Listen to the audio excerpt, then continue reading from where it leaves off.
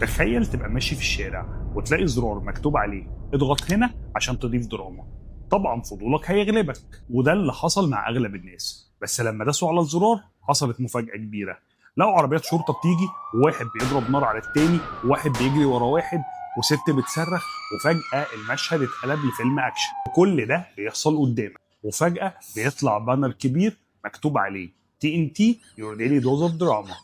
اللي حصل ده عملته قناة بلجيكية اسمها TNT وتصور، ولما نزل عمل أكتر من 60 مليون مشاهدة. بس ده مش الإعلان المجنون الوحيد اللي اتعمل. تعال أقول لك على 3 إعلانات أغرب من الخيال. الناس في محطة مترو في نيويورك واقفين مستنيين المترو، وأول ما المترو وصل والباب اتفتح خرج منه زومبي شكله حقيقي جدا، وبدأ يجري على الناس ويحاول يهاجمهم. طبعا كل الناس جريت وصرخت، لكن كل ده عشان يروجوا للموسم الجديد لمسلسل ذا ووكينج ديد. طبعا الإعلان ده اتصور وبقى ترند في يوم واحد بس. شركة دوف بقى عملت إعلان عبقري. جابوا رسام جنائي وجابوا بنات وخلوهم يوصفوا نفسهم، وطلبوا من الرسام انه يرسمهم حسب وصفهم.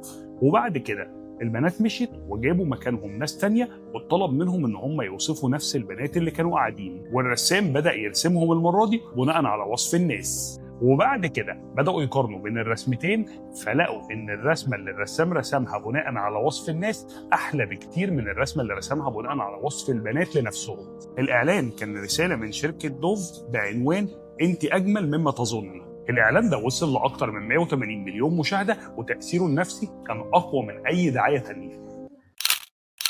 وكيل لشركه 3 ام في كندا حبوا يعملوا اعلان عن منتج جديد عباره عن شيلد بيحمي الازاز من الكسر، فجابوا مبلغ 3 مليون دولار وحطوهم في بوكس ازاز وحطوه في الشارع، وكتبوا عليه لو قدرت تكسر الازاز ده حلال عليك ال 3 مليون دولار. وفضلوا سايبين البوكس في الشارع لمده 24 ساعه وبيصوروا كل لحظه بتحصل، والنتيجه ان محدش قدر يكسر الازاز، وده كان اكبر اثبات عن جوده منتجهم من غير ما يقولوا كلمه واحده.